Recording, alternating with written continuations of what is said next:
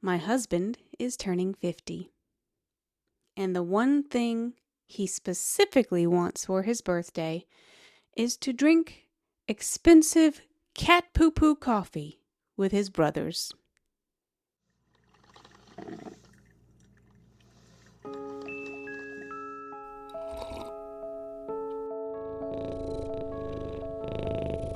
Which honestly tells you quite a lot about him. This is not just coffee. This is Kopi Luwak. It's a rare, expensive, deeply questionable beverage made from beans that have been passed through the digestive tract of a civet. And Dave wants to celebrate half a century on this earth by gathering his brothers around and saying essentially, let us mark this milestone with gastrointestinal luxury. Apparently, this is not merely coffee, it's a moment in history. And you know what? That's exactly what I would expect, knowing Dave's family. Because Dave has never been the kind of man who needs elegance when absurdity is available. He's not suave.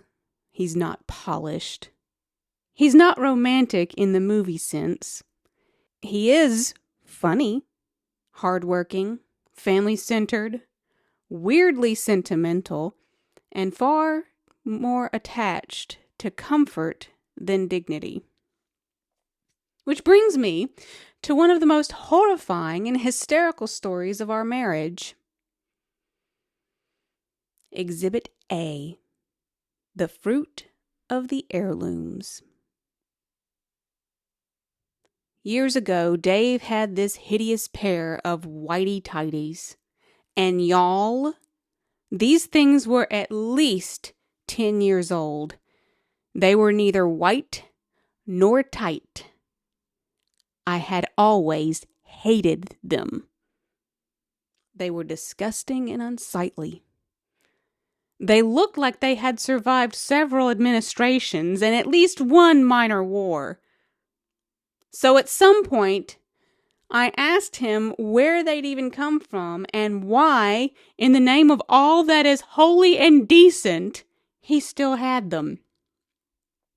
And that's when he informed me that his father had apparently left them at our house after Thanksgiving one year. And Dave had kept them because they were comfy. So, once I learned the history of this cursed loincloth, I gave them the only name they deserved. The incestual, ancestral undies. And yes, I still stand by that. One day, I finally got sick of looking at them and threw them in the trash. No discussion, no ceremony, no final viewing, just justice. When Dave came home, I informed him of the fate of his treasured underpants. And, to my surprise, he barely reacted. He just shrugged and said, "Okay, cool." So I immediately asked him, "You're not mad, are you?" "Nah." "You do need some new ones, though." "Yeah, I do." And that was it. Or so I thought. Not another word was spoken about it until that night. I was half asleep when Dave slid into bed, cuddled up next to me, and in a very sweet voice said, "Hey, babe, I found my new underwear." I was groggy and confused, and mostly unconscious. What? "You're so sly," he said. "They're really comfortable. Were you trying to give me a hint when you said I needed new underwear?" At this point, I'm still trying to join the land of the living, so I said, "What are you talking about?" "The new underwear you bought me. They fit perfectly." "What new underwear?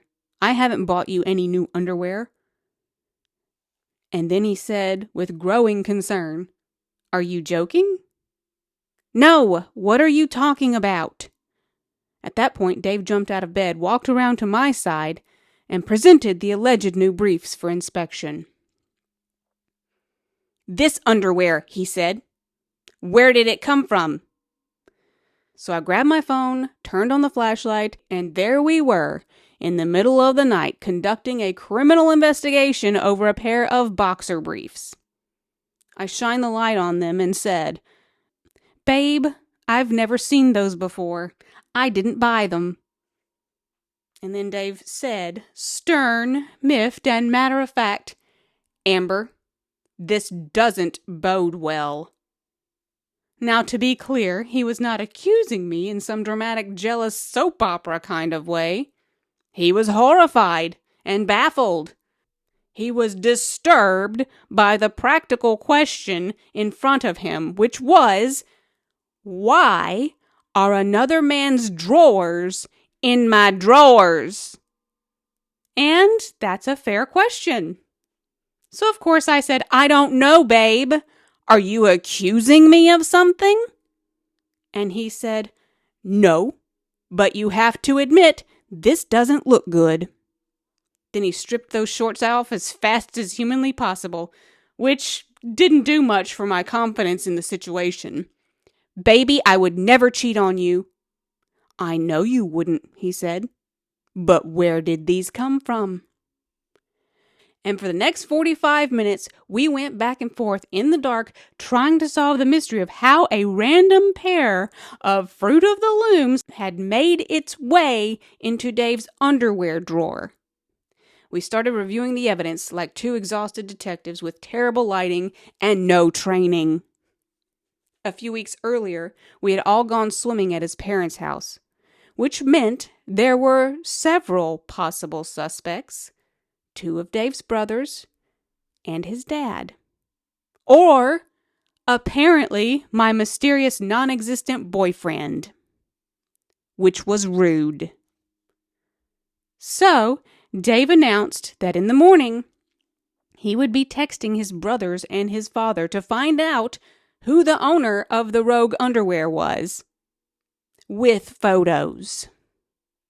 Because this family has boundaries. Clearly. The next morning, he did exactly that, and I worried about it far more than I should have, because my mind immediately went to, what if nobody recognizes them? What if this somehow turns into a permanent unsolved case? What kind of person leaves their underpants in somebody else's house? Why is this my life? And then the answer came. Dave got a text from his father. Yes, those definitely look familiar. So apparently, those boxer briefs had accidentally been packed into Dave's suitcase, traveled 6 hours north, had been washed in our laundry, and quietly slipped into his underwear drawer to await their moment. Which means my name was cleared.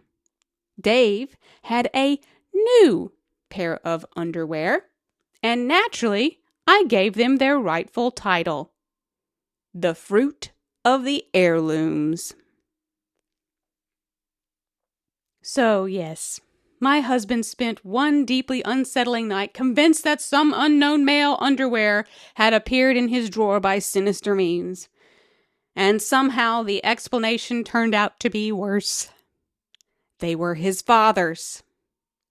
Again. Now, if that story has not adequately introduced you to Dave, let me offer one additional piece of supporting evidence. Years ago, we were at one of his family's gatherings. Everybody was outside, and they were about to take photos. It was a normal day.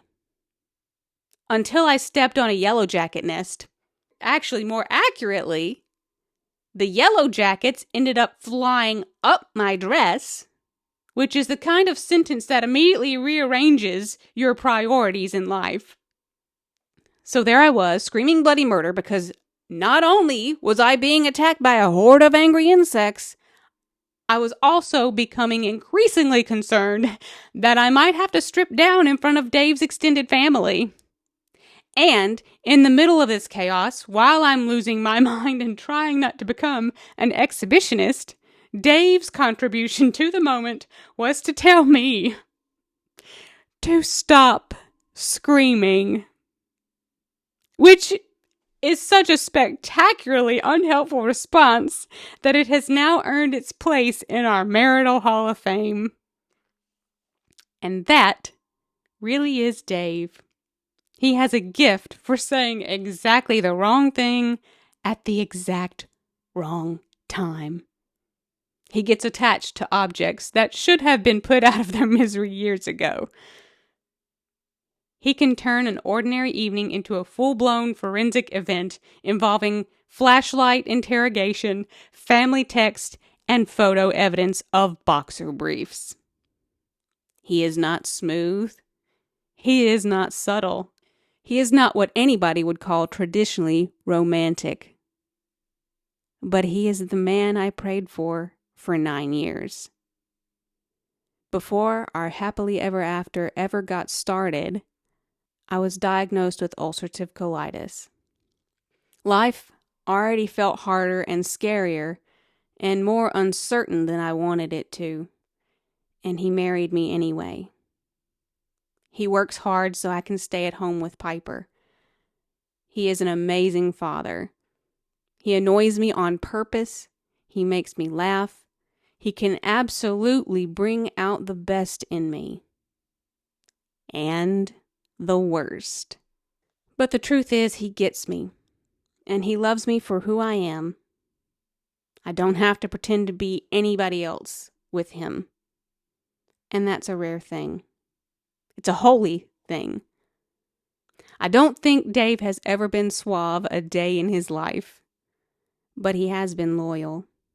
He has been funny. He has been solid.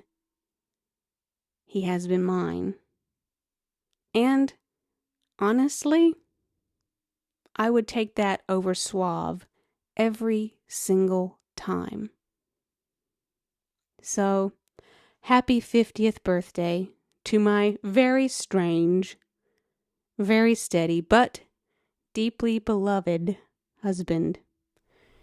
May your coffee be expensive, your birthday be ridiculous, and your underwear remain permanently identifiable. And, for the record, I'm very glad you're mine.